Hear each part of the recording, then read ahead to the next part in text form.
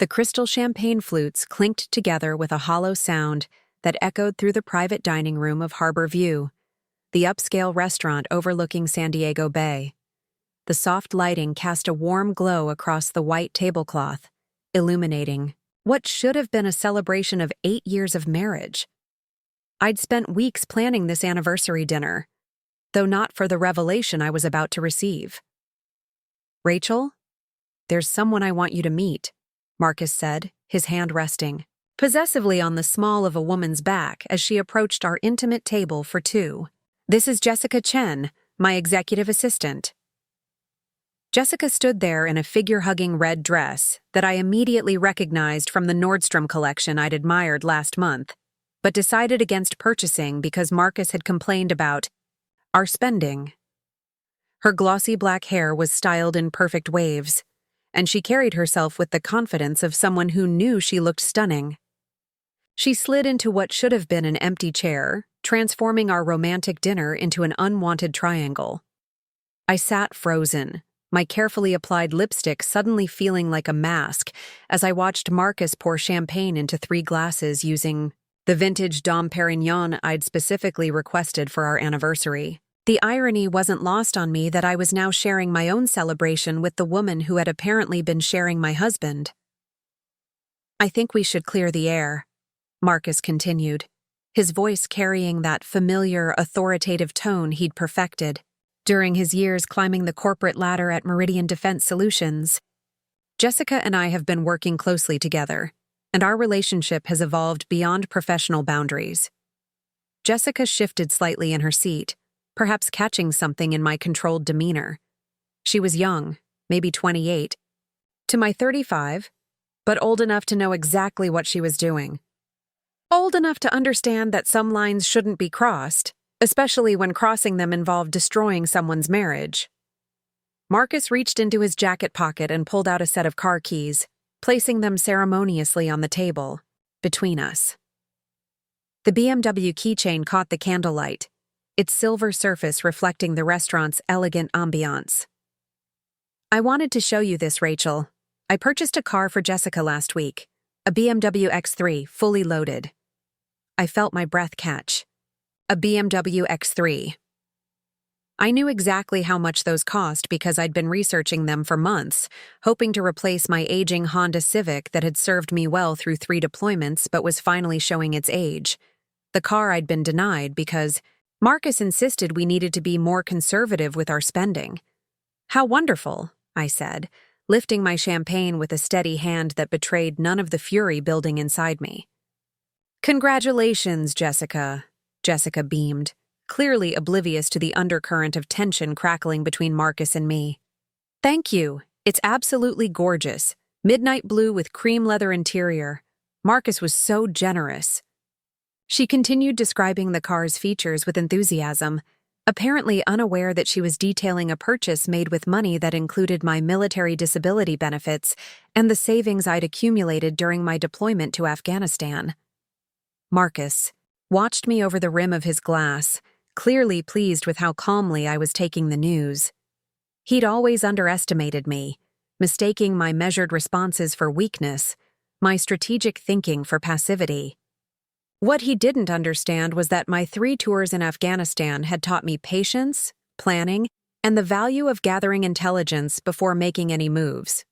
"The financing was quite straightforward," Marcus continued, his confidence growing with each word. "I used our joint credit line since my individual credit was tied up in other investments. Our joint credit line. The one backed by my VA disability rating and the pristine credit I'd maintained through careful financial discipline learned in the military. The credit line I'd specifically agreed to only for legitimate family expenses and emergencies. I'm sure the dealer was very accommodating," I replied, thinking of the financial documents that would have been required for such a purchase. Documents that would have required my signature for any major expenditure from our joint accounts. Jessica reached across the table to touch Marcus's hand, her engagement ring catching the light. "Wait, engagement ring?" I blinked, focusing on the diamond solitaire that definitely hadn't been there when I'd last seen her at the company Christmas party 3 months ago. "We have another announcement," Marcus said, following my gaze to Jessica's hand. "We're engaged. I proposed last weekend during our trip to Napa Valley." The trip to Napa Valley? The business conference Marcus had attended alone, claiming spouses weren't invited. The conference that had apparently been a romantic getaway with his secretary, funded by our joint accounts while I stayed home managing our household and dealing with the chronic pain that flared up from my service-connected injuries. "The ring is beautiful," I managed, my voice steady despite the earthquake happening inside my chest. "When did you have time to shop for it?" "Actually," Jessica giggled, holding up her hand to admire the diamond, "Marcus had it custom designed. He said he wanted something unique, not like—" She stopped abruptly, color flooding her cheeks as she realized what she'd almost said. "Not like mine. Not like the modest engagement ring Marcus had given me 8 years ago when we were both starting. Our careers and money was tight. The ring I'd worn through 3 deployments, through physical therapy after my injury, through the long nights when I'd worked on my business degree using my GI Bill benefits." Marcus cleared his throat, attempting to regain control of the conversation. "Rachel, I know this is difficult to hear, but Jessica and I believe in being honest about our feelings. We didn't want to continue hiding our relationship. Hiding. As if their relationship was something noble that had simply been concealed rather than an affair built on deception and betrayal. I thought about the nights I'd spent alone while Marcus worked late, the weekends he'd been called in for urgent projects, the business trips that seemed to multiply over the past year. "How long?" I asked, the question I'd been dreading but needed answered. Marcus and Jessica exchanged glances, and I saw the calculation in his eyes as he decided how much truth to reveal. "About 8 months, he admitted finally. 8 months. I did the math quickly. That would have been right around the time I'd started my new position at Veterans United, the nonprofit where I'd been building their rehabilitation programs. Right. Around the time I'd been putting in extra hours to prove myself in a civilian workforce that didn't always understand the value of military experience. "We didn't plan for this to happen," Jessica said, her voice softer now, perhaps recognizing the impact of their timeline. "It just evolved naturally. Naturally. As if there was something organic about a married man pursuing his much younger employee, using company resources and family money to win her affections. As if my marriage had simply withered away on its own rather than been systematically undermined by their natural evolution." The waiter approached our table, his professional demeanor never wavering despite the obvious tension. "Is everything satisfactory with your meals?" he asked, noting our barely touched appetizers. "Everything is perfect," I assured him, though the words felt foreign in my mouth. Nothing about this evening was perfect, but I wasn't about to create a scene in a restaurant full of other diners celebrating their own milestones. As the waiter retreated, Marcus leaned forward slightly. "Rachel, I want you to know that this isn't about you. You're an amazing woman and any man would be lucky to have you. We've just grown apart. Grown apart.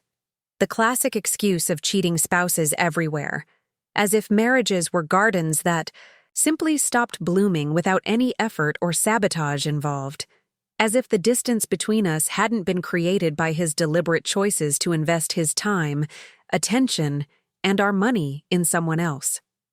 "I appreciate your honesty," I said, surprised by how calm my voice sounded. My military training was serving me well, allowing me to compartmentalize my emotions and think strategically even in the midst of personal devastation. Jessica seemed to relax slightly, interpreting my composure as acceptance. "Marcus has told me so much about you," she said, apparently trying to bridge some kind of gap. "Your service in Afghanistan, your work with veterans, it's really admirable. My service in Afghanistan, the deployment that had changed everything, where I'd learned leadership under pressure, resource management in austere conditions, and how to maintain operational security even when everything around me was chaos. skills that Marcus had apparently forgotten I possessed, skills that would prove more valuable than he could possibly imagine. "Thank you," I replied simply. "My time in the military taught me a lot about resilience and adaptability." Marcus's phone buzzed on the table, and he glanced at it briefly before returning his attention to us. I caught a glimpse of the notification.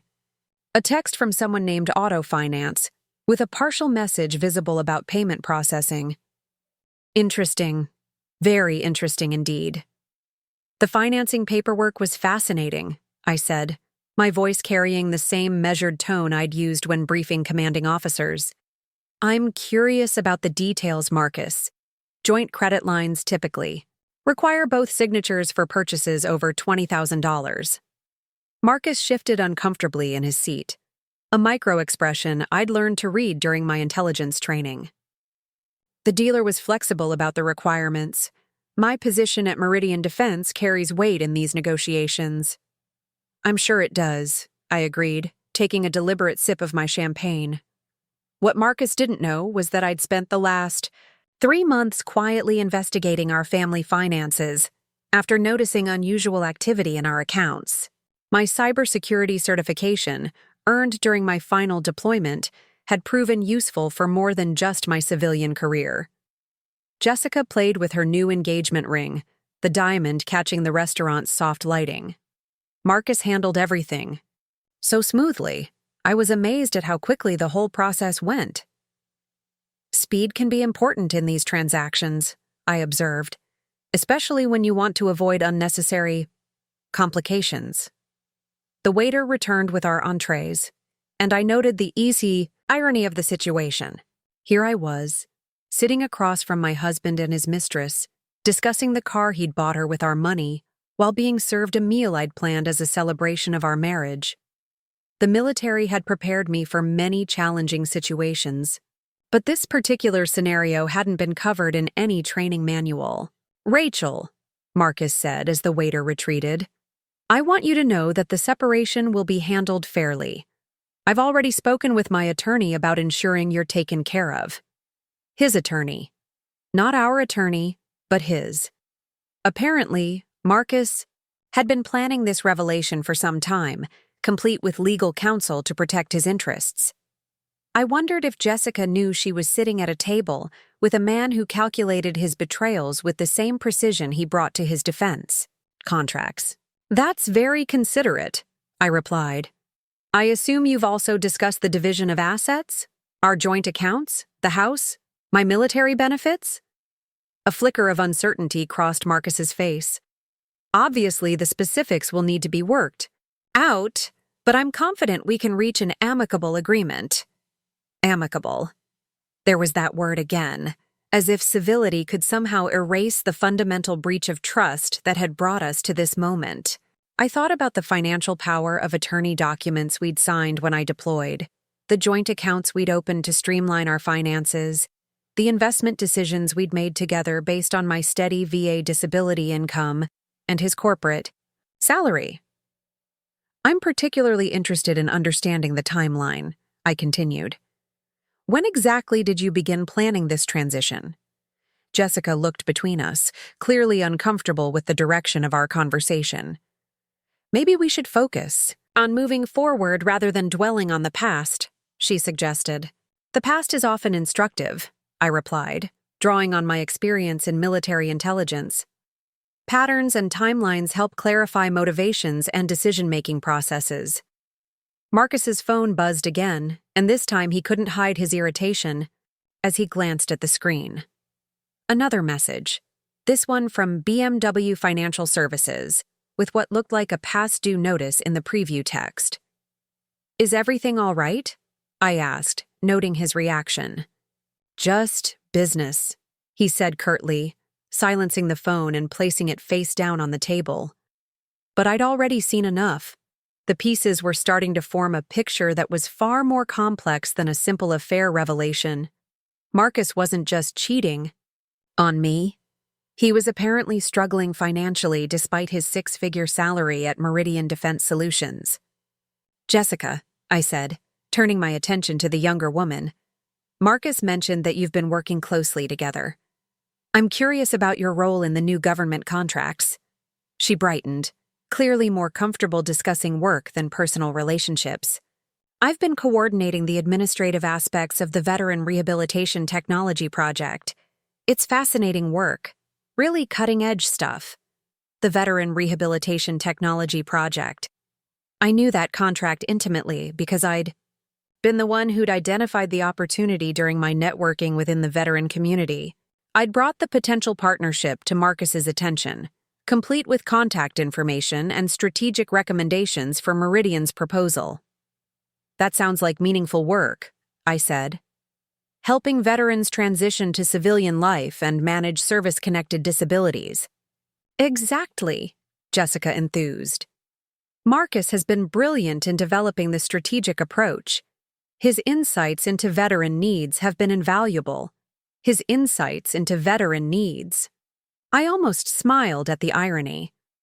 Marcus's insights came from living, with me, from listening to my experiences and those of my fellow veterans, from the countless conversations we'd had about the gaps in available services and technology. The contract details must be quite complex, I continued. Coordinating between government agencies and private sector capabilities. Marcus interjected quickly. Jessica doesn't need to worry about the technical aspects. Her role is more focused on logistics and scheduling. But I could see in Jessica's eyes that she knew more than Marcus was giving her credit for. She'd been handling the administrative coordination, which meant she'd had access to project timelines, budget allocations, and potentially vendor information. The financial projections must be impressive, I said, watching Marcus's reaction carefully. Government contracts of that scale typically involve substantial upfront investments. Meridian is well positioned to handle the financial requirements, Marcus replied, but his voice lacked conviction. Another text notification lit up his phone screen, and this time I caught a glimpse of the sender. Credit Solutions Recovery. The pieces were falling into place with military precision. Marcus wasn't just having an affair. He was apparently overextended financially, possibly using our joint credit to fund both his relationship with Jessica and his professional obligations. Should probably use the restroom, I announced, standing gracefully. Please continue your conversation. As I walked toward the restaurant's facilities, I pulled out my phone and opened the banking app for our joint accounts. What I saw confirmed my suspicions. Multiple large transactions over the past few months, including a $48,000 withdrawal from our line of credit just 10 days ago. The same time frame when Jessica had apparently received her new BMW. But there was more. I scrolled through the transaction history, noting payments to companies I didn't recognize, cash advances that seemed excessive, and a pattern of financial behavior that suggested Marcus was in deeper trouble than a simple midlife crisis affair. I opened my secure email app and sent a quick message to my friend Sarah Chen, a forensic accountant who specialized in military family financial disputes. Need discreet consultation regarding joint account irregularities. Urgent. Returning to the table, I found Marcus and Jessica in intense conversation that stopped abruptly when they saw me approaching. The guilty expressions on their faces told me they'd been discussing something they didn't want me to hear. Everything all right? I asked, settling back into my chair. We were just talking about logistics, Marcus said quickly. Timeline for moving forward with the separation. Timeline, I repeated thoughtfully. That reminds me, Marcus. I've been meaning to ask about the investment you mentioned last month. The one that was going to help diversify our portfolio? His face went pale. What investment? The $48,000 opportunity you were so excited about. You said it was related to your work at Meridian. Something about getting in. Early on, a technology partnership. Jessica frowned, looking confused. What technology partnership? The silence stretched between us as Marcus realized I'd been tracking our finances more carefully than he'd assumed. His carefully constructed narrative was beginning to unravel, and we all knew it. Rachel, he began, but I held up my hand. Actually, let's save that conversation for later. I think we've covered enough ground for one evening. My phone buzzed with Sarah's response. Available for emergency consultation. My office tomorrow 9 a.m. Perfect timing. By tomorrow morning, I'd have a clearer picture of exactly what Marcus had been doing with our money, and more importantly, what options were available to protect my interests. The evening was far from over, but the real revelations were just beginning. I excused myself once more, this time heading toward the restaurant's outdoor terrace where I could make a private phone call. The cool San Diego evening air was a welcome relief from the suffocating tension inside. I dialed a number I knew by heart. Colonel Patricia Martinez, retired, came the crisp voice on the other end. Ma'am, it's Rachel Torres. I'm sorry to call. You so late, but I need some guidance. Patricia had been my commanding officer during my second deployment, and she'd become a mentor and friend in the years since. After retiring from the Army, she'd built a successful consulting firm specializing in veteran-owned defense contracting. Rachel, what's going on? You sound like you're in mission mode. I quickly outlined the situation, focusing on the financial irregularities and Marcus's connection to the veteran rehabilitation technology contract. Patricia listened without interruption, her silence indicating she was processing the implications. How familiar are you with Meridian's current contract status? She asked finally. Only what Marcus has shared, which apparently isn't much. Why? I've been hearing rumors in the defense community. Word is they're struggling to meet deliverable deadlines on several government contracts. There might be cash flow issues. This information hit like a tactical strike. If Meridian was having financial difficulties, it would explain Marcus's increasingly desperate behavior with our joint accounts. It would also explain why he'd been so eager to secure the veteran rehabilitation contract I'd brought to his attention. Colonel, I think I need to understand exactly what's happening with that company, and I think I need to document everything before Marcus realizes how much I know. Smart thinking. Do you still have your security clearance? Yes, ma'am. It's current. Good. I'm going to make some calls. Can you meet me tomorrow? There are some people you should talk to. After ending the call, I returned to the table where Marcus and Jessica were sharing what looked like an intimate conversation. They broke apart quickly when they saw me approaching, guilt written across both their faces. Sorry for the interruption, I said, settling back into my chair. Just coordinating some work matters. Marcus's expression tightened. Work matters? It's our anniversary dinner, Rachel. The irony of his comment wasn't lost on any of us. He'd turned our anniversary dinner into a breakup announcement and engagement celebration, but somehow my brief phone call was inappropriate. You're right, I agreed. This should be about us. About our 8 years together, our shared investments, our future plans. Jessica shifted uncomfortably, perhaps sensing the dangerous undertone in my voice. I've been thinking about what you said earlier, Marcus, about handling the separation fairly. I appreciate that sentiment, and I want to make sure we're both fully informed about our financial situation before we make any decisions. What do you mean? He asked, wariness creeping into his voice. Well, for instance, I'd like to understand the full scope of the $48,000 investment you mentioned.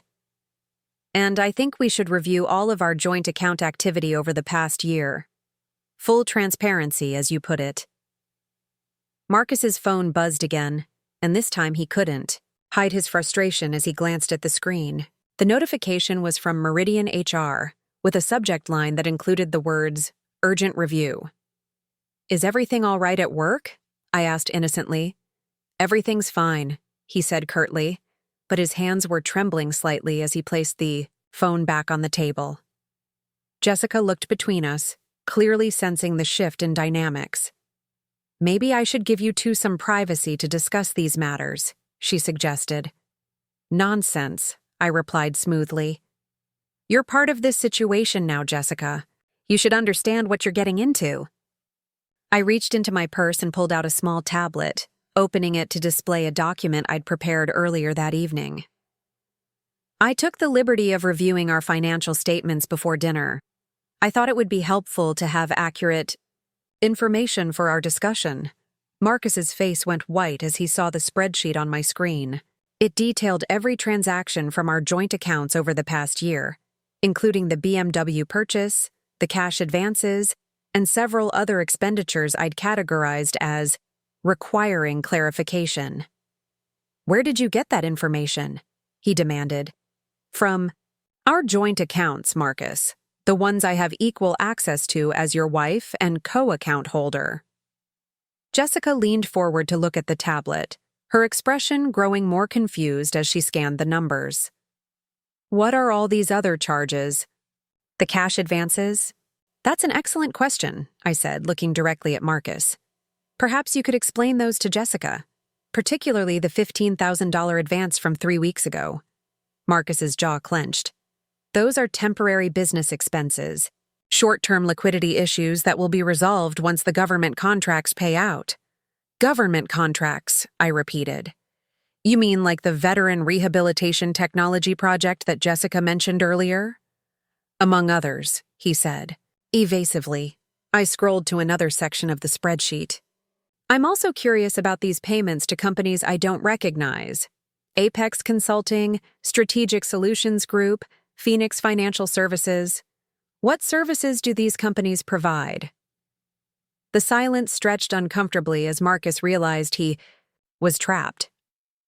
Jessica was staring at him with growing concern, clearly beginning to understand that her new fiancé's financial situation was far more precarious than he'd led her to believe.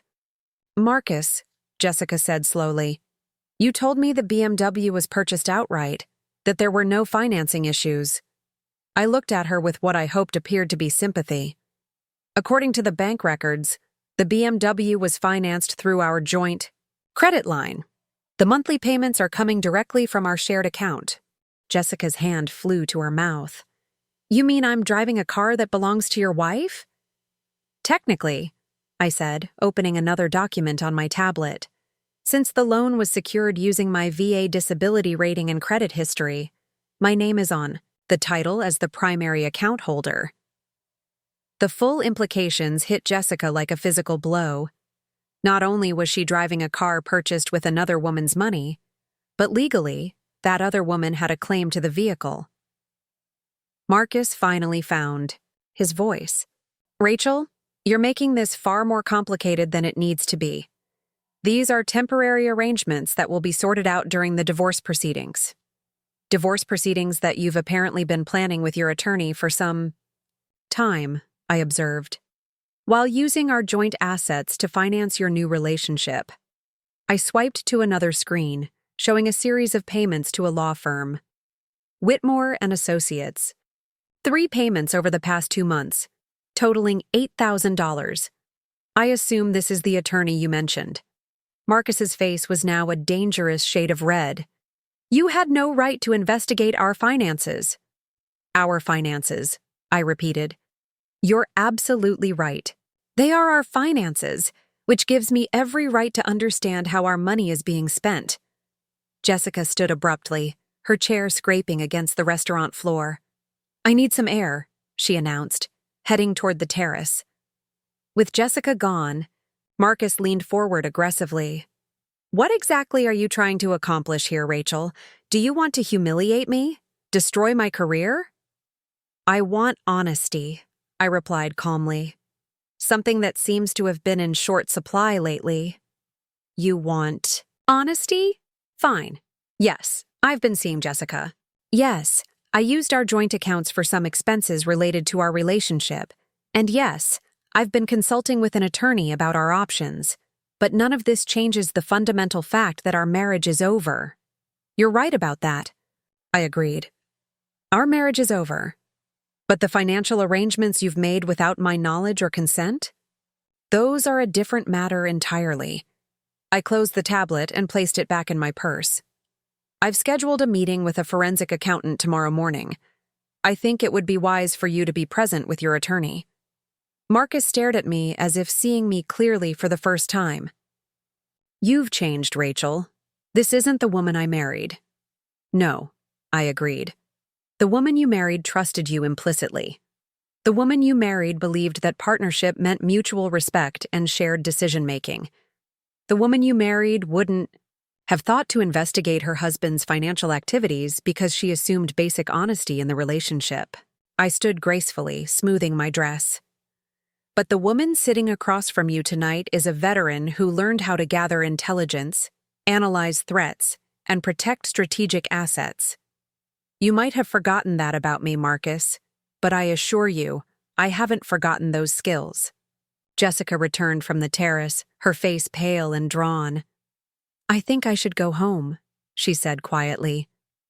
"I think that's wise," I agreed. "You have some difficult decisions to make about your future, Jessica. I'd recommend making them with full information about the financial and legal complications you're inheriting." As Jessica gathered her purse, Marcus reached for her hand. "This doesn't change anything between us," he insisted. But I could see in Jessica's eyes that it changed everything. The confident woman who'd walked into the restaurant believing she was claiming her prize was now facing the reality that her prize came with significant financial and legal liabilities. The evening that Marcus had planned as his triumphant exit from our marriage was rapidly becoming something else entirely. And we were only getting started. The next morning, I sat in Sarah Chen's downtown office at exactly 9 o'clock, watching her methodically review the financial documents I'd compiled. Sarah's expertise in forensic accounting had made her one of the most sought-after professionals for military divorce cases, and her expression as she examined Marcus's financial activities told me everything I needed to know. "Rachel, this is worse than I initially thought," she said, looking up from her computer screen. "Your husband hasn't just been careless with joint funds. He's been systematically draining accounts to cover what appears to be significant business losses." She turned her monitor toward me, showing a detailed analysis of our account activity. "Look at this pattern. Large withdrawals followed immediately by payments to creditors. Cash advances that exceed normal credit limits. And here," she pointed to a series of transactions, "payments to shell companies that don't appear to have legitimate business purposes." My military training had taught me to remain calm under pressure, but seeing the scope of Marcus's financial deception laid out in stark detail was overwhelming. "How much are we talking about, Sarah?" "In total?" "Over $200,000 from your joint accounts in the past 8 months. That includes your VA disability payments, your savings from deployment, and the equity line secured against your house. $200,000. The number hit like incoming artillery. That represented years of careful savings, my disability, benefits, money I'd earned serving my country and sacrificing my physical health in the process." "There's more," Sarah continued, pulling up another document. "I ran a credit check using the authorization you provided. Marcus has opened several credit accounts using your joint assets as collateral. The BMW is just the tip of the iceberg." She scrolled through a list of debts that made my stomach churn. Credit cards, business loans, even a second mortgage on our house that I'd never signed or approved. "How is that legally possible?" I asked, my voice tight with controlled anger. "That's where it gets interesting. Remember those power of attorney documents you signed before your deployment? Marcus has been using those to authorize transactions in your name, even though the original authorization was specifically limited to routine household expenses during your absence." The betrayal cut deeper than the affair. Marcus hadn't just cheated on me. He'd stolen from me, using my own sacrifice and service as a weapon against me. He'd taken advantage of the trust I'd placed in him when I was serving overseas, unable to monitor our finances directly. "What are my options?" I asked, falling back on my tactical training to focus on actionable intelligence. Sarah leaned back in her chair, a slight smile playing at the corners of her mouth. "Actually, you have more leverage than you might think. First, any debts incurred, without your explicit authorization using fraudulent power of attorney documents are legally challengeable. Second, the veteran rehabilitation technology contract you mentioned? I did some research. She pulled up another file on her computer. Meridian Defense Solutions is in serious financial trouble. They've defaulted on 2 major government contracts in the past 6 months, and the Veteran Rehabilitation Project is their last chance to avoid bankruptcy. Without that contract, the company folds. This information shifted my entire strategic perspective. Marcus wasn't just using our money to fund his affair. He was desperately trying to keep his company afloat. And the contract that could save him was one I'd personally delivered to him on a silver platter. Sarah, I need you to do something for me. I want you to contact the contracting officer for the Veteran Rehabilitation Project. I think they need to understand the full scope of Meridian's financial instability. Already done, she said with satisfaction. I have contacts at the Defense Contract Management Agency. They're very interested in the financial irregularities we've documented, particularly the use of personal funds to shore up business operations. That's a red flag for contract stability. My phone rang, displaying Marcus's number. I let it go to voicemail, but the message was brief and urgent. Rachel, we need to talk immediately. There are developments you need to understand. Developments, I repeated to Sarah. I think Marcus is starting to realize his situation. Good timing. I have something else to show you. Sarah opened another document, this one bearing the letterhead of BMW Financial Services. I contacted them this morning regarding the vehicle purchase. Since the loan was secured using your credit and assets without proper authorization, you have grounds to demand immediate return of the vehicle or transfer of the title to your sole ownership. The irony was perfect. The car Marcus had bought to impress his mistress could potentially become mine, along with the debt he'd created in my name. But more importantly, removing that asset from Jessica would send a clear message about the real-world consequences of their choices. There's one more thing, Sarah said, her expression growing more serious. I've been in contact with Colonel Martinez as well.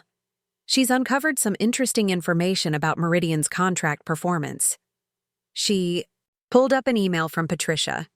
It seems Marcus has been representing himself as the primary contact for veteran community outreach, claiming expertise in veteran needs assessment and rehabilitation technology.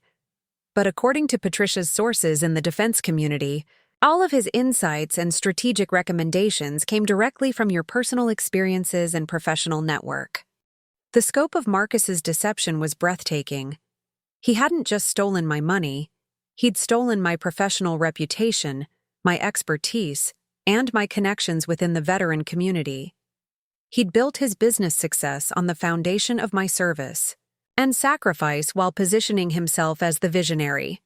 Sarah, I want to file for an emergency restraining order on all joint accounts, and I want to demand immediate return of the BMW. Can we do that today? Absolutely. I've already prepared the paperwork. We can have this filed within the hour. As Sarah gathered the necessary documents, my phone buzzed with a text from an unknown number. Mrs. Torres, this is Jessica Chen. Can we meet? I think there are things you should know about Marcus and Meridian. Interesting. It seemed Jessica was beginning to understand the full scope of what she'd gotten herself into. I showed the message to Sarah, who raised her eyebrows. That could be very useful, she said. If Jessica has inside knowledge of Marcus's business practices, her testimony could strengthen your case significantly. I replied to Jessica's text, Starbucks on 5th Avenue, 2 p.m. By noon, Sarah and I had filed all the necessary paperwork. The emergency restraining order on our joint accounts was approved, freezing Marcus's access to any funds pending a full financial audit.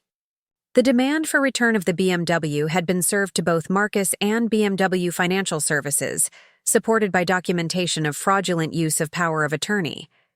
But the most satisfying moment came when Sarah's contact at the Defense Contract Management Agency called to confirm that Meridian Defense Solutions was being placed under immediate financial review, with all contract payments suspended pending investigation of the company's stability and ethical compliance. Rachel, Sarah said as we finished the paperwork, there's something else we should discuss. Given your expertise in veteran affairs and your role in developing the original rehabilitation technology proposal, you might be in a position to pursue that contract through your own consulting firm.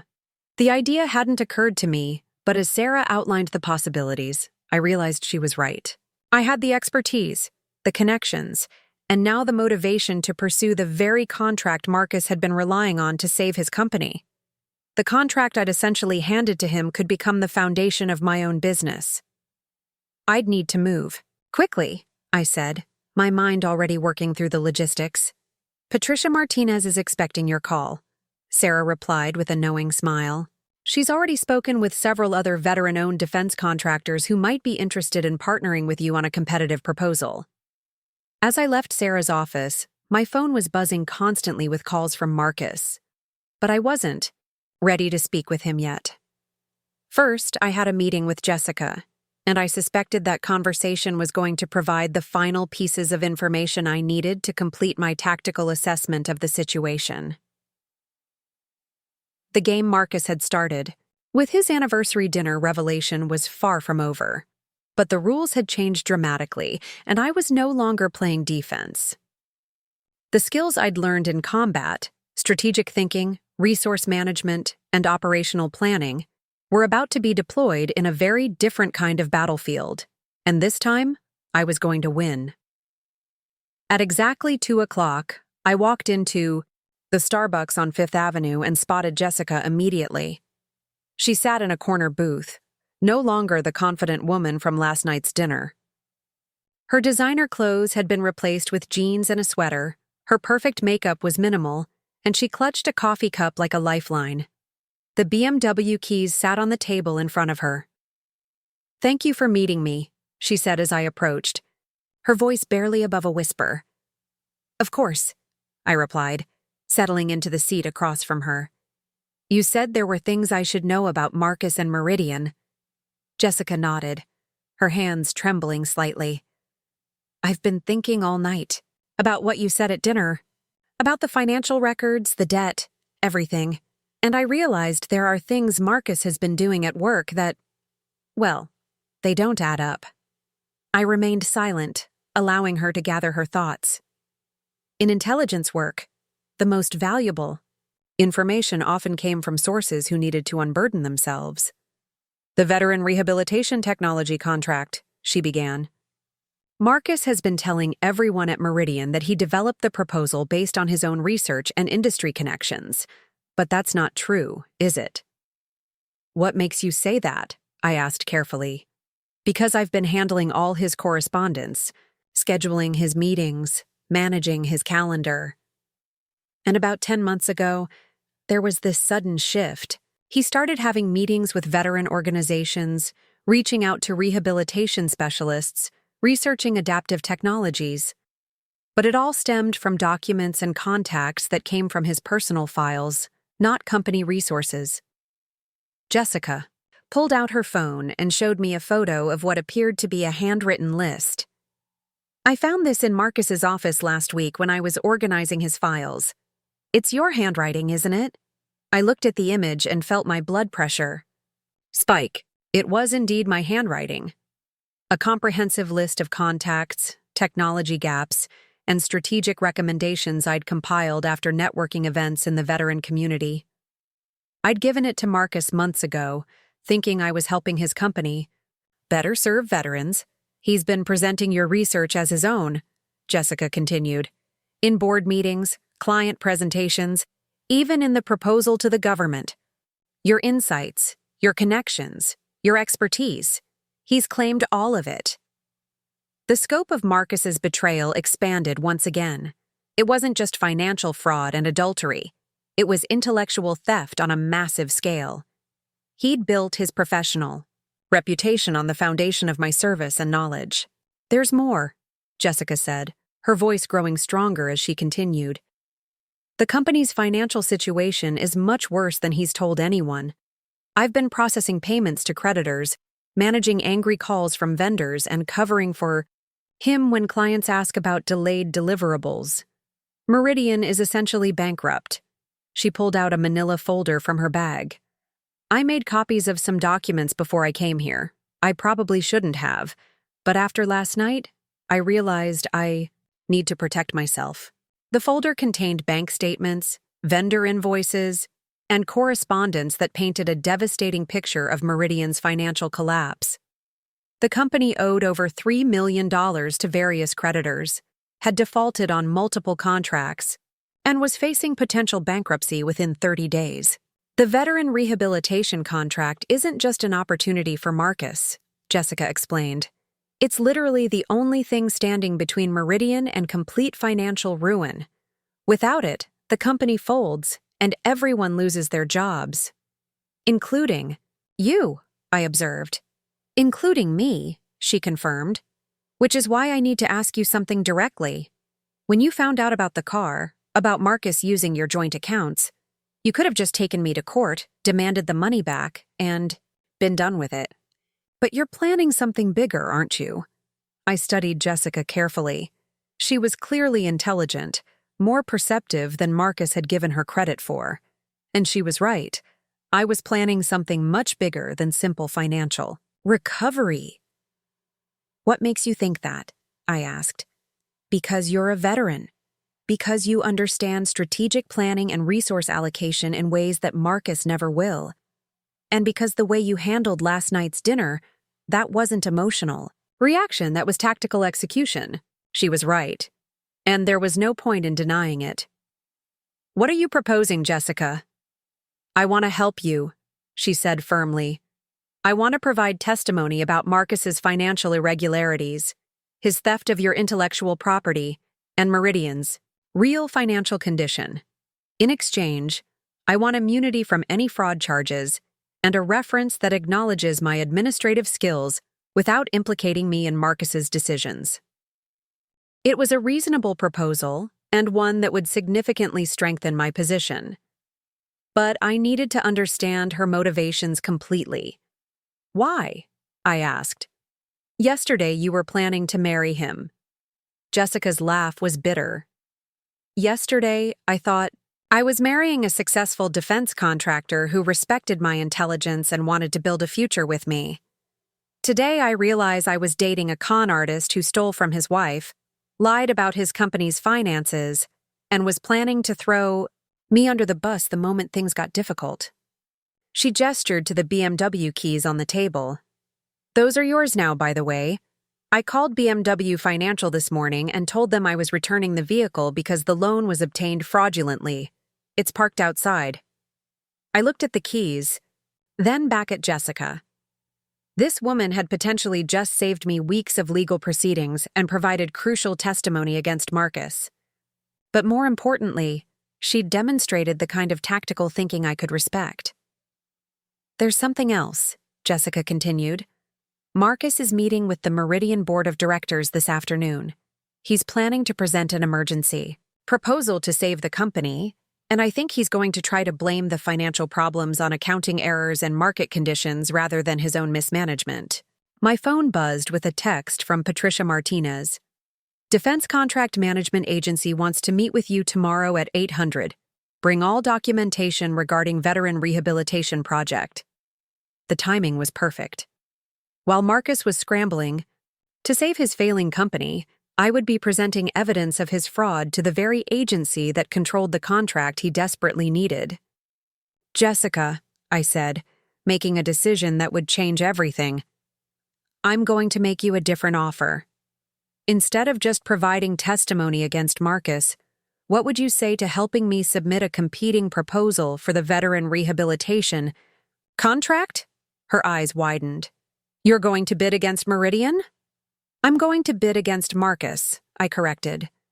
With my expertise, my legitimate connections in the veteran community, and proper financial backing, we can submit a proposal that actually serves veterans instead of just exploiting their needs for profit.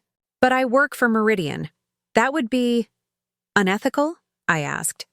Like stealing your wife's intellectual property and using fraudulent power of attorney to fund an affair? Jessica was quiet for a long moment, processing the implications. What kind of timeline are we talking about? Proposals are due in 72 hours. I already have most of the technical specifications developed, the same ones Marcus stole from me.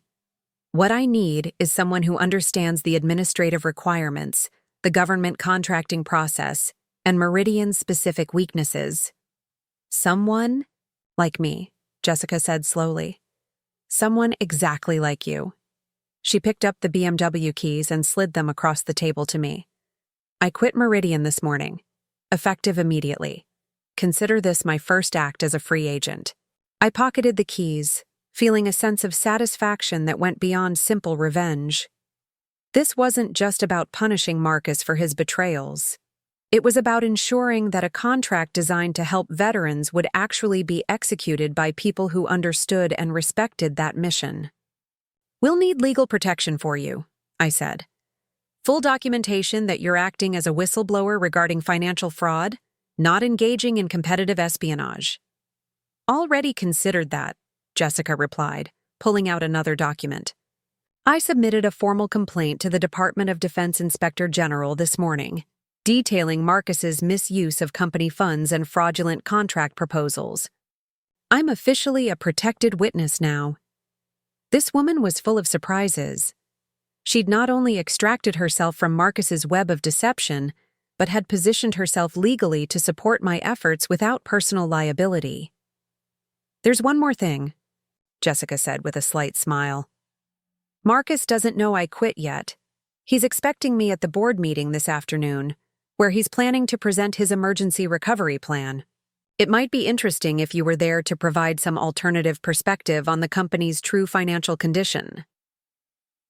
The tactical possibilities were intriguing.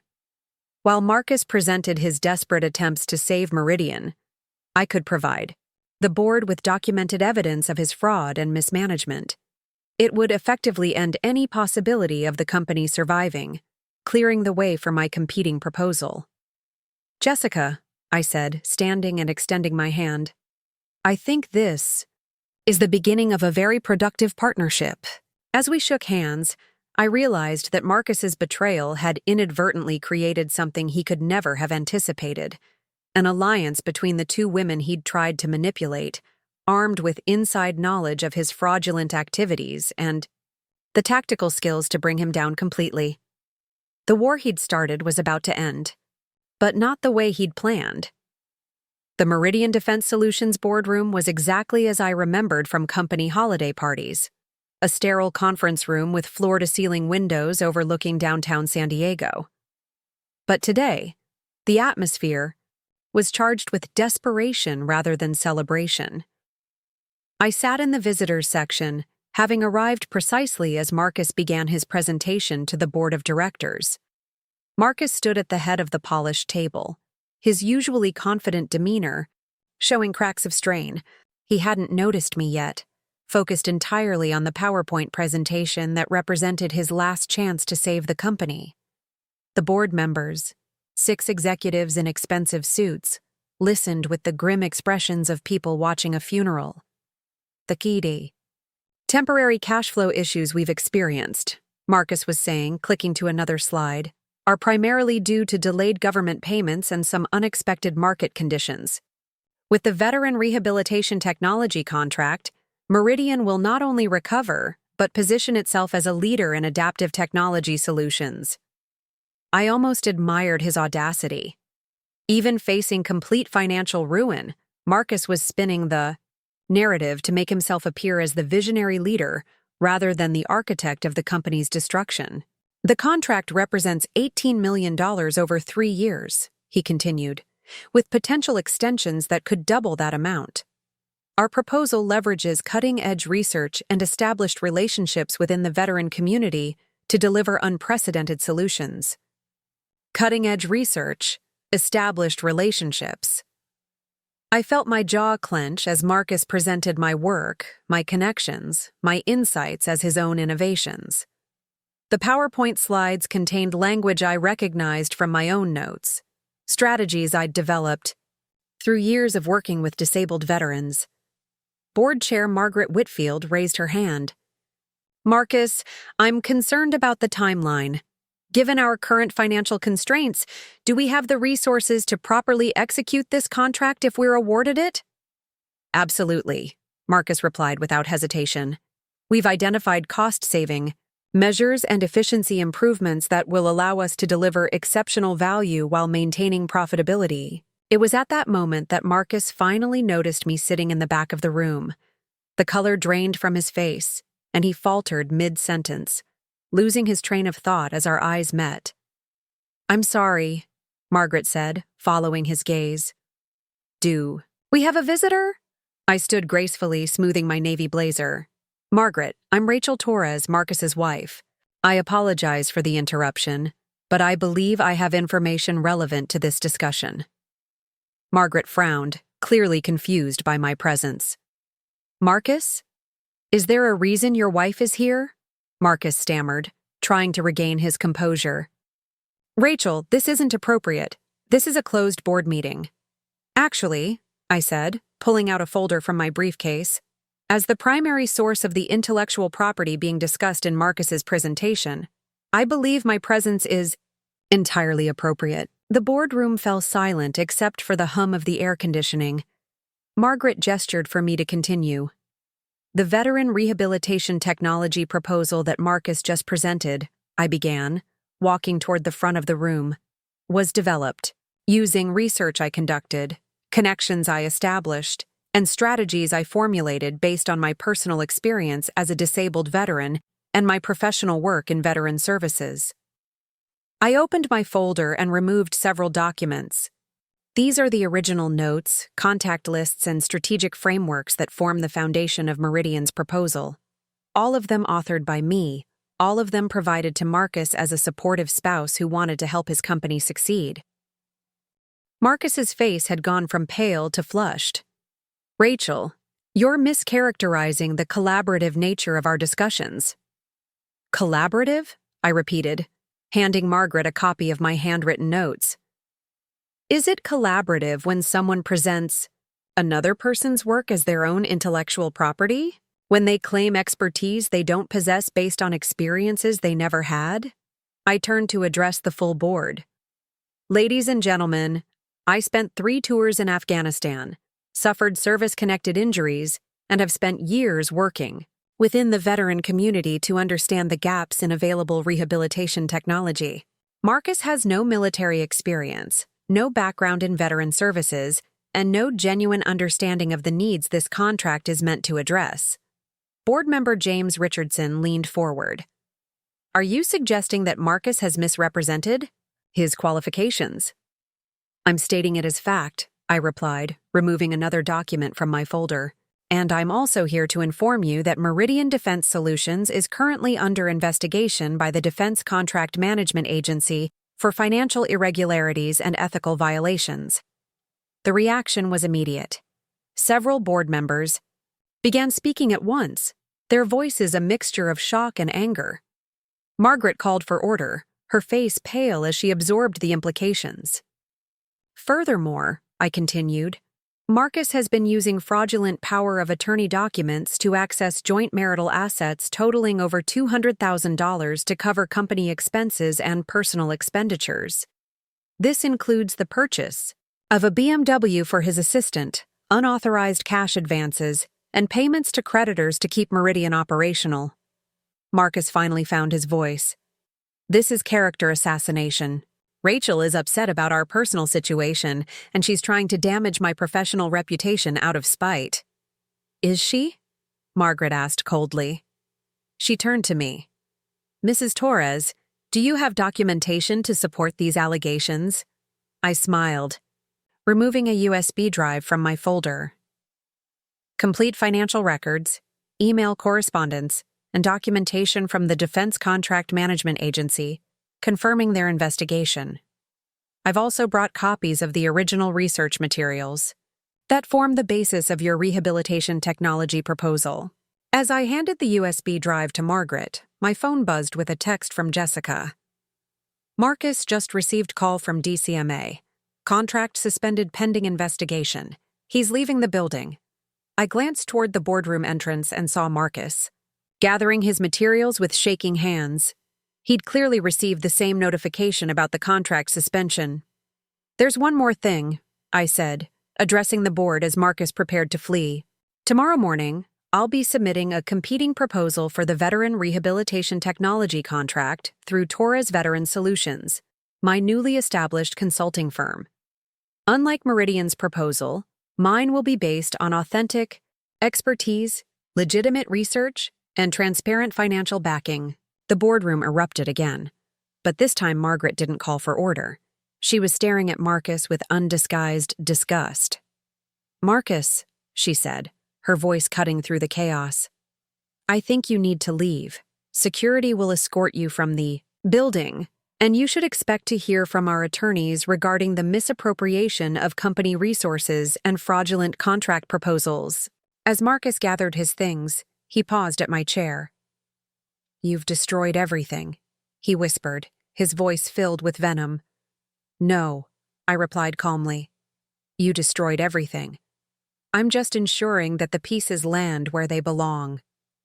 After Marcus's departure, Margaret invited me to remain for an informal discussion with the board. What followed was the most satisfying hour of my professional life. "Mrs. Torres," Margaret began, "would you be willing to consider a consulting arrangement with Meridian? Clearly, your expertise is what gave substance to our proposal in the first place." I considered the offer carefully. "Margaret, I appreciate the invitation, but I think Meridian's reputation in the defense contracting community has been irreparably damaged by Marcus's actions. The DCMA investigation will likely result in debarment from government contracts for several years." Richardson nodded grimly. "We're probably looking at bankruptcy within 60 days.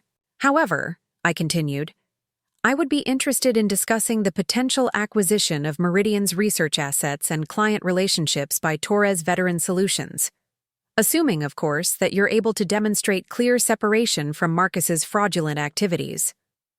The negotiation that followed was complex but productive. By the end of the meeting, we had outlined a framework for Torres Veteran Solutions to acquire Meridian's legitimate assets, while the board initiated termination proceedings against Marcus and began cooperation with federal investigators.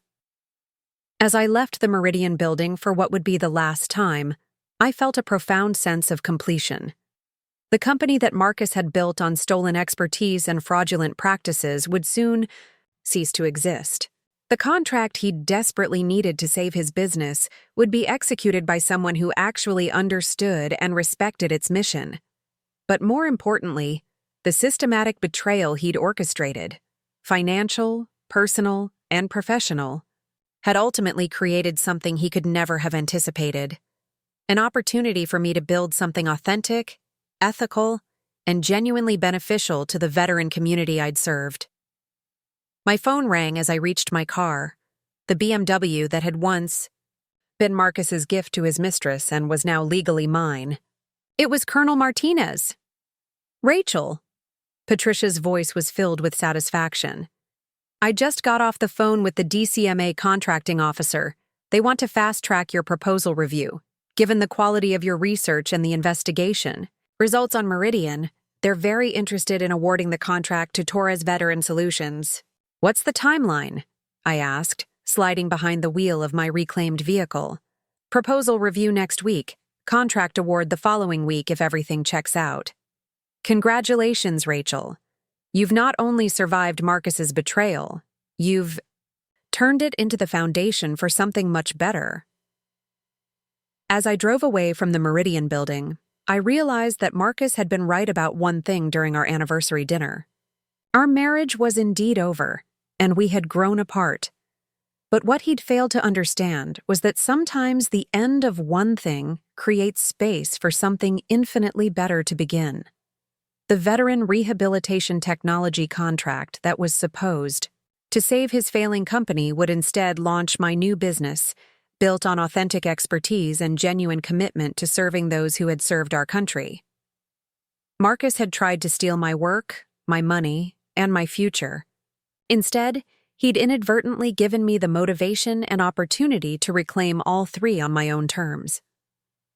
6 months later, I stood in the conference room of my new office building, looking out at the San Diego skyline through floor-to-ceiling windows. The brass nameplate on the door read, Torres Veteran Solutions, CEO Rachel Torres. Jessica entered carrying a stack of contracts, her professional confidence fully restored, and her skills now channeled toward helping veterans rather than covering up financial fraud. The Pentagon just approved our expansion proposal, she announced, setting the documents on my desk. They want us to extend the rehabilitation technology program to 3 additional military bases, and they're fast-tracking approval for the Adaptive Housing Initiative. I smiled, reviewing the contract details. The $18 million veteran rehabilitation technology contract that Marcus had desperately needed to save Meridian Defense Solutions was now the cornerstone of my thriving consultancy. But unlike Marcus's approach, every dollar was being used to actually develop and implement solutions that improved veterans' lives. Any word from the VA about the pilot program? I asked, referring to our newest initiative developing adaptive technology for veterans with traumatic brain injuries. They want to schedule a presentation next month, Jessica replied. Dr. Anderson at the Polytrauma Center specifically requested that you present the research personally.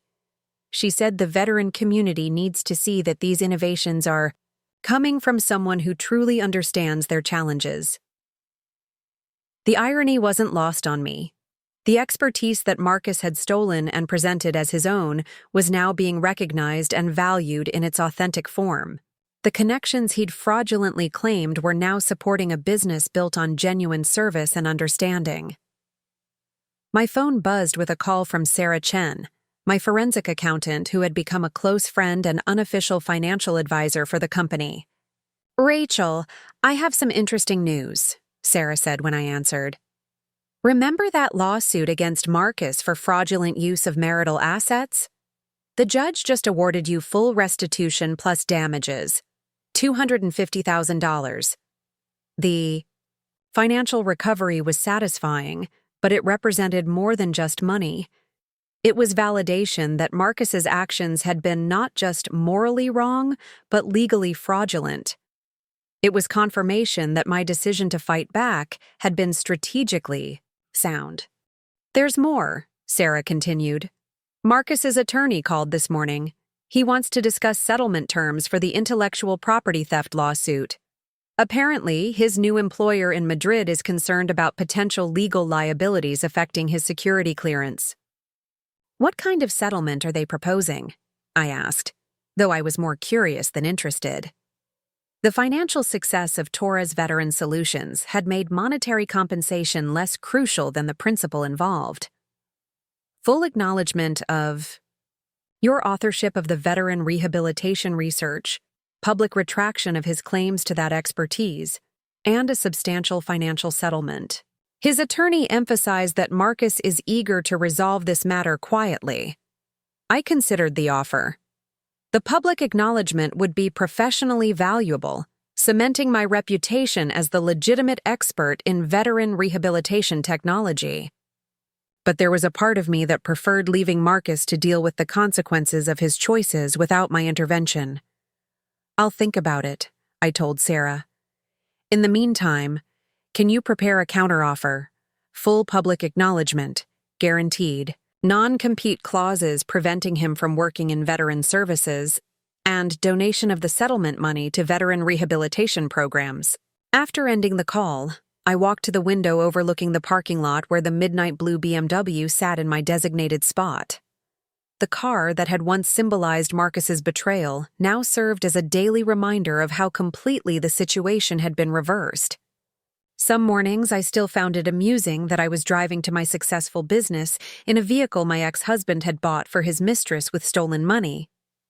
Jessica knocked and entered with another stack of documents. The Defense Contract Management. Agency wants to schedule a site visit next week. They're considering Torres Veteran Solutions for preferred contractor status. Preferred contractor status would be the ultimate vindication. It would mean that the same agency that had investigated and debarred Meridian Defense Solutions for financial irregularities now considered my company a model for ethical business practices in government contracting. Schedule it, I said. And make sure Colonel Martinez is available to participate. Her endorsement carries significant weight with the DCMA. Patricia Martinez had become more than a mentor. She was now a board advisor for Torres Veteran Solutions and had been instrumental in opening doors throughout the defense contracting community. Her connections and my expertise had proved to be a powerful combination. "There's something else," Jessica said, her expression becoming more serious. "I got a call from Margaret Whitfield this morning. She wanted me to know that Meridian Defense Solutions officially filed for bankruptcy yesterday. The news should have felt like a victory, but instead, I felt a complex mixture of satisfaction and sadness. Meridian had employed dozens of people who had lost their jobs because of Marcus's mismanagement and fraud. While the company's failure was inevitable given his actions, innocent people had suffered in the process. "What about the employees?" I asked. "Margaret said they're trying to place people with other defense contractors. She specifically asked if we might have openings for some of the engineering staff." I considered the possibility. Torres Veteran Solutions was growing rapidly, and we could use additional technical expertise.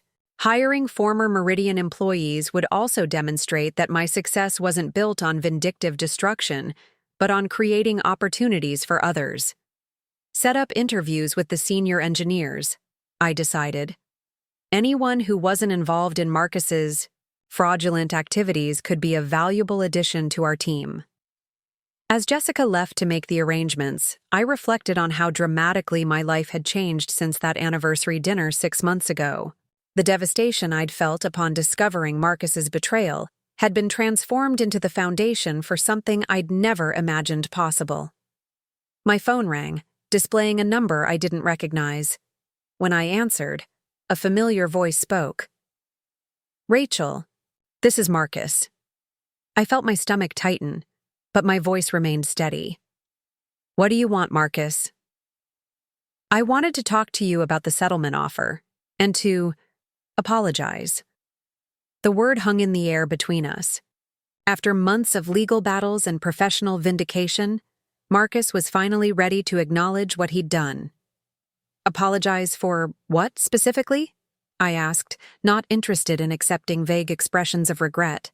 "For stealing your research, for using our joint accounts without your permission, for taking credit for your expertise and connections, for betraying our marriage vows." His voice was subdued, lacking the confidence that had once defined him. "And?" I prompted, sensing there was more. "And for underestimating you. I thought you would be devastated by my leaving, that you'd simply accept whatever settlement I offered and disappear quietly. I never imagined you'd fight back so effectively." There was a certain satisfaction in hearing him acknowledge my tactical superiority, but it wasn't the vindication I'd expected. Instead, I felt mostly indifferent to his belated recognition of my capabilities. "I've been watching your success. From Madrid," he continued. "Torres Veteran Solutions is exactly what the veteran community needs. It's what I should have built if I'd been honest about my limitations and respected your expertise." "But you weren't honest," I replied simply. "You chose deception, theft, and betrayal instead." "I know, and I know this doesn't change anything, but I want you to know that I'm proud of what you've accomplished. You've built something meaningful and authentic, something that actually serves the people you intended to help." The conversation felt surreal. The man who had tried to destroy my financial security and steal my professional identity was now congratulating me on my success. But his words carried no emotional weight. Too much had changed for his approval to matter. "Marcus," I said finally, "I'll accept your settlement offer with one modification. The financial component should be donated to veteran rehabilitation programs." "I don't want your money." "Of course," he agreed quickly. "Whatever you think is appropriate." "And Marcus? Don't contact me again. We have nothing more to discuss." After ending the call, I sat quietly in my office, processing the strange finality of that conversation. The man who had dominated my life for 8 years had been reduced to a voice on the phone, seeking absolution I wasn't interested in providing. Jessica returned with the interview schedules for the former Meridian employees. As she outlined their qualifications and experience, I realized that even this final chapter of the Marcus saga was becoming something positive. The talented people who had lost their jobs because of his fraud would potentially find new opportunities, with a company built on the principles he had abandoned. The veteran rehabilitation technology contract that was supposed to save Marcus's failing company had instead launched my successful business. The BMW he'd bought for his mistress had become my daily transportation. The expertise he'd stolen had been returned to its rightful owner and was now being used to genuinely help veterans. In trying to steal my future, Marcus had inadvertently given me the motivation to build something better than I'd ever imagined possible. 1 year after that devastating anniversary dinner, I stood before a packed auditorium at the Department of Veterans Affairs headquarters in Washington, D.C., delivering the keynote address at the National Veterans Rehabilitation Technology Conference. The audience of 500 included veterans, medical professionals, government officials, and defense contractors from across the country. When I first developed the Adaptive Housing Initiative, I said, clicking to a slide showing before and after photos of veteran homes equipped with our technology, I was motivated by a simple principle. Veterans who sacrificed their bodies in service to our country deserve technology that enhances their independence, not systems that make them feel more disabled. The audience responded with enthusiastic applause. In the front row, I spotted Jessica taking notes, her role as Director of Strategic Partnerships having evolved far beyond her original administrative background. Beside her sat Colonel Martinez, now a full board member of Torres Veteran Solutions and my co-presenter for this afternoon's technical session. Over the past year, Torres Veteran Solutions has implemented adaptive technology solutions in over 200 veteran homes across 15 states, I continued. But more importantly, we've demonstrated that successful veteran services require authentic understanding of veteran needs, not just theoretical expertise. The pointed reference to authentic expertise versus stolen credentials wasn't lost on the audience, many of whom were familiar with the Meridian Defense Solutions scandal that had rocked the defense contracting community. Several attendees nodded knowingly, recognizing the implicit contrast between my legitimate background and Marcus's fraudulent claims. After my presentation, I was approached by Dr. Sarah Williams, the VA's Director of Rehabilitation Services. Rachel, your work has exceeded every expectation we had when we awarded you the initial contract. The feedback from veterans using your adaptive systems has been overwhelmingly positive. Thank you, Dr. Williams. But the real credit belongs to the veterans themselves, who trusted us with their stories and needs. They made this success possible. Which brings me to why I wanted to speak with you, she said, lowering her voice slightly. We're developing a comprehensive national strategy for veteran rehabilitation technology. The Secretary wants Torres Veteran Solutions to lead the initiative, a 5-year, $50 million program to revolutionize how we serve disabled veterans nationwide. $50 million. The number represented more than just financial success. It was validation that my approach to veteran services was being recognized at the highest levels of government. It was also a stark contrast to the $18 million contract that Marcus had desperately needed to save his failed company. I'm honored by the confidence, I replied. When would you need a proposal? Actually, we don't need a proposal. Based on your track record and reputation, the Secretary is prepared to make a direct award. We just need your acceptance. As Dr. Williams outlined the scope of the program, my phone buzzed with a text from Jessica. Emergency call from Sarah Chen. Marcus-related legal matter requires immediate attention. I excused myself and called Sarah back, stepping into a quiet corridor outside the auditorium. Rachel, I have news about Marcus, Sarah said without preamble. His employer in Madrid terminated his contract this morning. Apparently, the intellectual property lawsuit settlement included clauses that affected his security clearance. He's being investigated for potentially compromising classified information during his time at Meridian. The implications were serious. If Marcus had misrepresented his expertise on classified government contracts, it could constitute a federal crime far more severe than the financial fraud we'd already documented. There's more, Sarah continued. He's requesting a meeting with you. His attorney says he has information about other defense contractors who might be engaging in similar fraudulent practices. He wants to cooperate with federal investigators in exchange for reduced charges.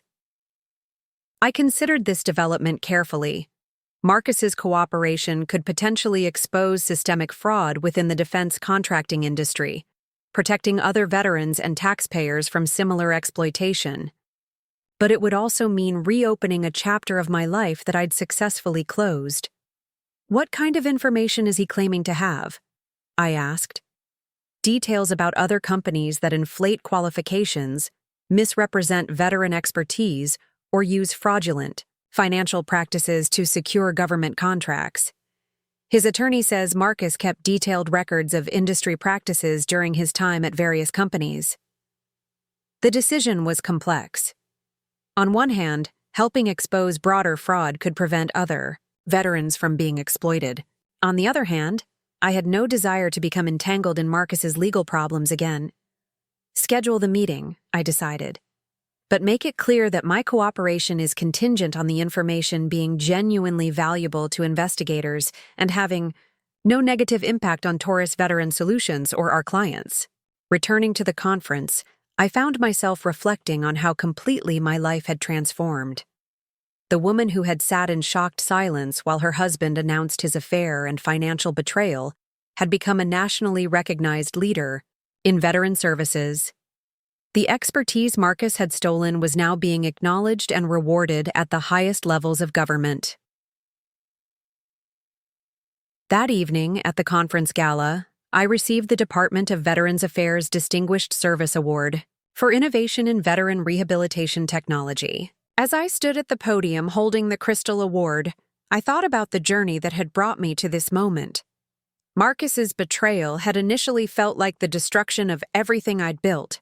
Instead, it had forced me to discover capabilities and strengths I'd never fully recognized. The financial theft had motivated me to build my own company. The intellectual property theft had driven me to reclaim and expand my expertise. The personal betrayal had taught me the value of authentic partnerships built on respect and shared mission.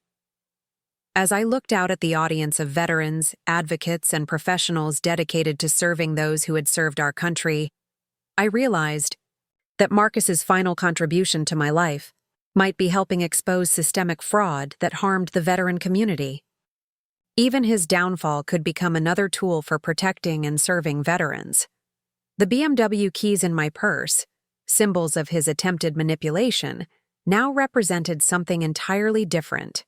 Proof that authentic expertise, ethical behavior, and genuine service would always triumph over fraud, theft, and betrayal. In trying to steal my future, Marcus had inadvertently helped me build something far better than either of us had ever imagined. The federal courthouse in downtown San Diego was bustling with activity as I arrived for Marcus's deposition. Sarah Chen met me at the entrance, carrying a briefcase filled with documents that would help federal investigators understand the full scope of fraud in the defense contracting industry. "Are you ready for this?" Sarah asked as we walked through. "Security."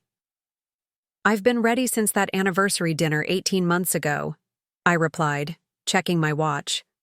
"Has Marcus arrived yet?" "He's already here with his attorney. Jessica is meeting with the prosecutors to provide her testimony first." Inside the conference room, Marcus looked older than his 47 years. His expensive suits had been replaced with a more modest appearance, and the confidence that had once defined him was nowhere to be seen. When our eyes met, he nodded, slightly, a gesture I didn't return. Federal Prosecutor Amanda Richardson began the session by outlining the scope of their investigation. "Mrs. Torres, We appreciate your cooperation in this matter. As you know, Mr. Torres has provided information about fraudulent practices in defense contracting that extends far beyond his personal actions. We need your expertise to help us understand the technical aspects of these schemes. For the next 3 hours, I answered detailed questions about veteran rehabilitation technology, government contracting procedures, and the specific methods Marcus had used to misrepresent expertise. The prosecutors were particularly interested in how intellectual property theft could compromise national security when it involved classified veteran medical information. The veteran rehabilitation data that Mr. Torres claimed as his own research, I explained, included sensitive information about combat injuries, adaptive technologies, and rehabilitation protocols. When someone without proper clearance or genuine expertise handles this information, it creates vulnerabilities that could be exploited by foreign actors. Marcus's attorney shifted uncomfortably as I outlined the national security implications of his fraud. What had started as marital betrayal and financial theft had evolved into something with far more serious consequences. During a break, Marcus approached me in the hallway. "Rachel, I want you to know that I never intended for this to become a national security issue. I thought I was just trying to save the company." "Your intentions don't change the consequences," I replied evenly. "You put classified veteran information at risk because you were too proud to admit you didn't have the expertise you claimed." "I know. And I know this doesn't matter now, but seeing what you've built with Torres Veteran Solutions, it's exactly what I should have supported instead of trying to steal from you." Before I could respond, his attorney called him back into the conference room.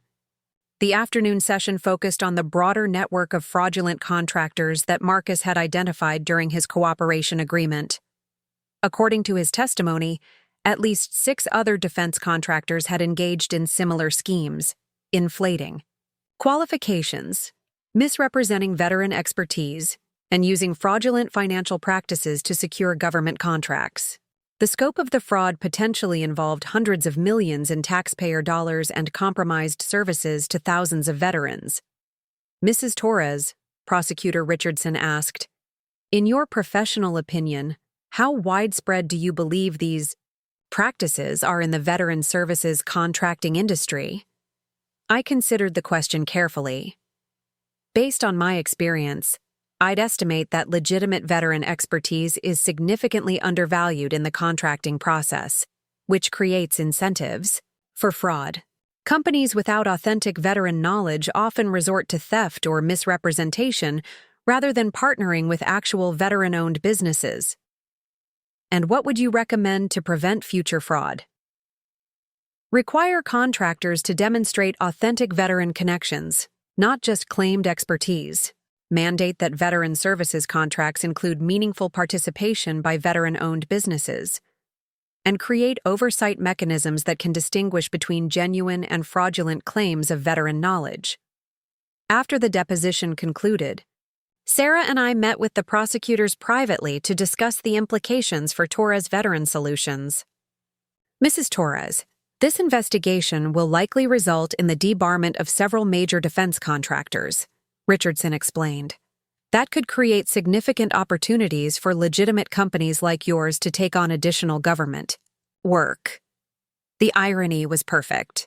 Marcus's cooperation with federal investigators was potentially going to expand my business opportunities while simultaneously destroying the careers of contractors who had engaged in similar fraudulent practices. "There's something else," Richardson continued. "The Department of Veterans Affairs wants to use Torres Veteran Solutions as a model for authentic veteran services contracting.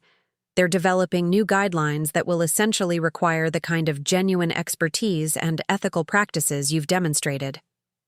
As we left the courthouse, I reflected on how completely the situation had transformed. The man who had tried to destroy my career was now helping to create opportunities that would benefit my business and the entire veteran community. My phone buzzed with a text from Jessica. "Major development at the office. The VA secretary wants to schedule a meeting about the National Rehabilitation Initiative. Also, Colonel Martinez says the Pentagon is interested in expanding our security clearance for classified veteran medical research. Classified veteran medical research. The same type of sensitive information that Marcus had compromised through his fraudulent expertise claims would now be entrusted to my company because of our proven authenticity and security protocols. That evening, I drove home in the BMW that had started this entire journey. The car that Marcus had bought for his mistress with stolen money now transported me to and from meetings where I helped federal investigators protect veteran services from the kind of fraud he had perpetrated.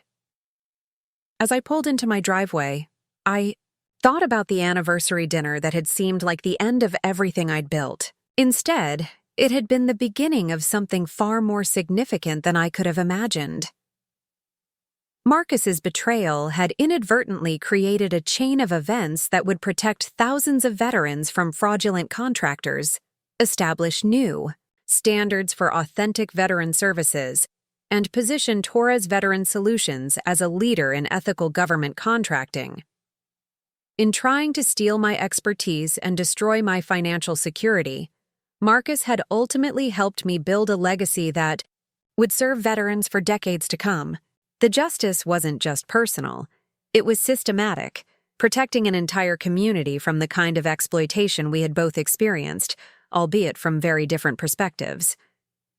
2 years after that fateful anniversary dinner, I stood in the White House East Room, watching President Carter pin the Presidential Medal of Freedom on my lapel. The ceremony recognized my contributions to veteran rehabilitation technology and my role in exposing systemic fraud in government contracting.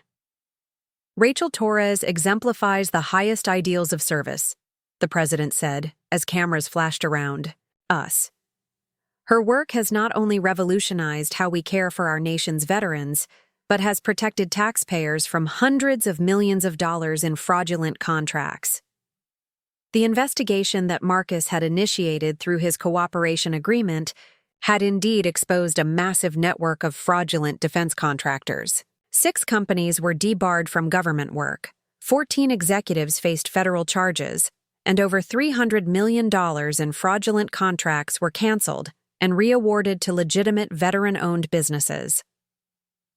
After the ceremony, I found myself in the Rose Garden with Jessica, Colonel Martinez, and Sarah Chen, the team that had helped transform Marcus's betrayal into something that served the greater good. Can you believe this all started with you catching Marcus buying me a car with your money? Jessica said, shaking her head in amazement. She'd thrived as Director of Strategic Partnerships at Torres Veteran Solutions, her administrative skills now channeled toward legitimate business growth rather than covering up fraud. Sometimes the worst things that happen to us create opportunities for the best things, I replied, looking at the medal in my hands. Marcus thought he was destroying my life. Instead, he forced me to discover capabilities I never knew I had. Colonel Martinez raised her champagne glass. To strategic thinking, authentic expertise, and the power of veterans helping veterans. As we toasted, my phone buzzed with a message that made me smile. It was from the dealership where I'd finally traded in the BMW, Marcus's symbol of betrayal that had become my symbol of victory. The message confirmed that the trade-in value had been donated to the Veterans Rehabilitation Foundation, a nonprofit I'd established to provide adaptive technology to veterans who couldn't afford it through other programs. Even that final vestige of Marcus's deception was now serving veterans instead of his ego. Later that evening, in my hotel suite overlooking the Potomac River, I reflected on the extraordinary journey that had brought me here. The financial forensic work had recovered not just the money Marcus stole, but had identified patterns that helped law enforcement protect other families from similar fraud. The intellectual property lawsuit had established legal precedents that made it harder for contractors to steal veteran expertise. The federal investigation had created new oversight mechanisms that would protect government contracts for decades. Torres Veteran Solutions now employed over 200 people across 12 states with contracts worth over $100 million annually. We'd helped retrofit thousands of veteran homes, developed cutting-edge adaptive technologies, and created training programs that educated other contractors on authentic veteran services. But perhaps most importantly, the standards we'd established for genuine veteran expertise had been adopted government-wide, making it virtually impossible for future Marcus-like fraudsters to exploit the system. My phone rang, displaying a number I hadn't seen in months. It was Marcus. "Rachel," his voice was subdued, calling from federal prison where he was serving his 3-year sentence for fraud and conspiracy. "I wanted you to know that I saw the presidential medal ceremony on the news." "What do you want, Marcus?" I asked, though my tone held no animosity. Too much time had passed, and too much good had come from his downfall for me to feel anger anymore. I wanted to apologize. Again. And to thank you. Thank me? For turning my betrayal into something meaningful. For making sure that my mistakes led to better protections for veterans. For proving that authentic service always wins over fraud and manipulation. There was genuine remorse in his voice, a humility that had been completely absent during our marriage. Prison and the loss of everything he'd built on false foundations had apparently taught him lessons that success never could. "Marcus, I hope you use the rest of your sentence to figure out who you really are, separate from who you thought you needed to be." "I'm trying," he said quietly. "And Rachel, the work you're doing, it's exactly what veterans deserve. I'm sorry it took losing everything for me to understand that." After hanging up, I stood at the window looking out at the city where so many decisions were made about veteran services. Tomorrow, I would meet with congressional leaders about expanding veteran rehabilitation programs nationwide. Next week, I would present new adaptive technology proposals to the Pentagon. In a month, I would keynote the International Conference on Veteran Services in Brussels. All of it built on authentic expertise, genuine partnerships, and ethical business practices. Everything Marcus had abandoned in his pursuit of success through deception. The woman who had sat in stunned silence while her husband bought his mistress a car with stolen money had become a nationally recognized leader whose work would impact veterans for generations. The expertise he'd tried to steal was now acknowledged at the highest levels of government. The financial security he'd attempted to destroy had been rebuilt stronger than ever. But more than personal vindication, Marcus's betrayal had inadvertently created systematic changes that would protect thousands of veterans and their families from similar exploitation. His attempt to steal my future had instead given me the opportunity to secure a better future for the entire veteran community. Sometimes justice isn't just about punishing wrongdoing. It's about transforming betrayal into something that serves a higher purpose. Marcus had taught me that lesson, though certainly not in the way he'd intended. As I prepared for bed, I smiled, thinking about how completely the tables had turned. The car he'd bought his mistress was now funding veteran services. The job he'd built on stolen expertise had been transferred to me legitimately. The future he'd tried to steal had become something far greater than either of us had originally imagined. Marcus's greatest betrayal had become the foundation for my greatest success. If this story of resilience, strategic thinking, and ultimate triumph resonated with you, I'd love to have you as part of our community. Please subscribe to my channel for more inspiring stories of people who turned their worst moments into their greatest victories. Hit that notification bell so you never miss an upload, and let me know in the comments about a time when someone's betrayal actually led to something better in your life. Your story might be featured in a future episode. Until next time, remember, sometimes our biggest setbacks are just setups for our greatest comebacks.